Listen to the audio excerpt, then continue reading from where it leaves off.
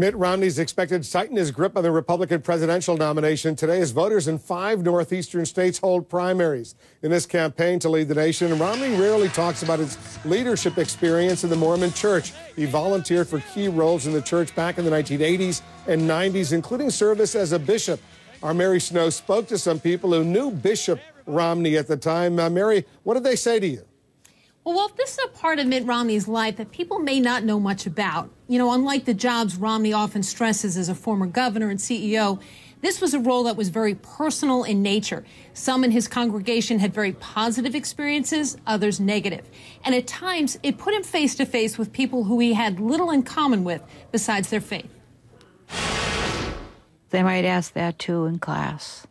That he labored with his own hands, that he might serve the people. Reading the Book of Mormon together is now routine for former Catholics Sandy and Ron Catalano. But the couple's clash over Mormonism almost destroyed their marriage. Ron was skeptical when his wife converted in the late 1970s. With nowhere to go, Sandy turned to her then bishop, Mitt Romney. So when I went to Mitt, I said, it's just so hard, I don't know what to do. And I just broke down and said, I can't do this anymore. Do I love the Lord more than I love my husband? And what happened? He said to me, you can love both, and I'll show you how to do it.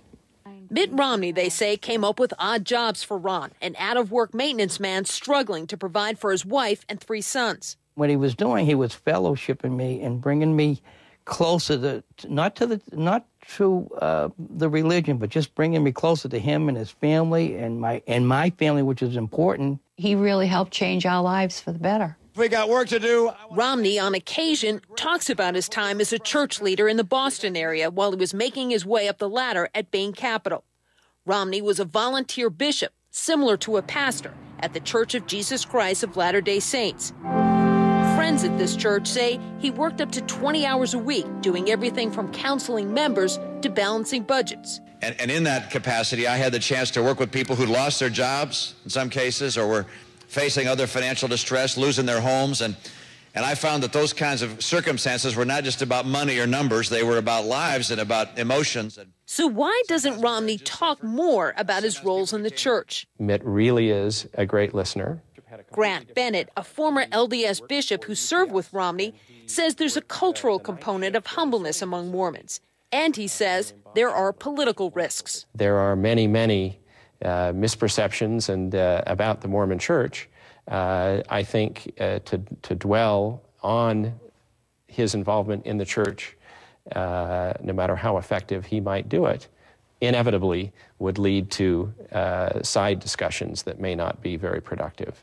Not everyone in Bishop Romney's church was a fan, with some of the harshest criticism coming from Mormon women. This is an issue from the winter of 1986.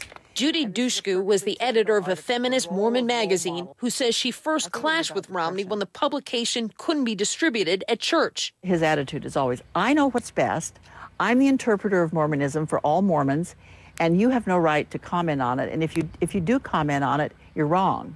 Dushku also recalls the story of a friend, a mother of 4, who published a letter in the magazine saying her bishop pressured her not to have an abortion. This despite a blood clot that put her health and that of the babies at risk. The woman who wrote that article confirmed to CNN that bishop was Mitt Romney. The Romney campaign declined comment. I wanted him to look and hear what the women had to say. Helen Claire Sievers remembers Romney as a leader who did try to address concerns of women in a church largely run by men.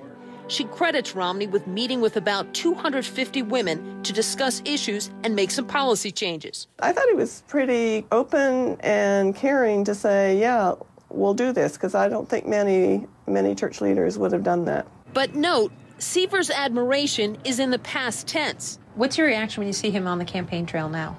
I have no idea who that man is. What it looks to me like is he's figuring out what he needs to do to win the Republican nomination, and he's doing it. As for the Catalanos, they say they know the real Mitt Romney and hope their former bishop does become president. He just knows how to connect with people like us. Now, as we mentioned, Mitt Romney does at times talk on the campaign trail about his role as a church leader. When asked about it in a recent interview with ABC News, he said he's not running for pastor-in-chief, but commander-in-chief. But he says as people want to know more about his personal life and faith, he's happy to talk about the experience. Wolf? Mary, thanks very much. Good report. Let's go back to Jack right now for the Cafferty File. Jack. That's the most intelligent treatment of Mitt Romney's religion I've seen in either presidential campaign, 2008 or this one. What a terrific piece. Yep, very nice job, balanced, Ms. Mary. excellent piece. Yep. Great stuff.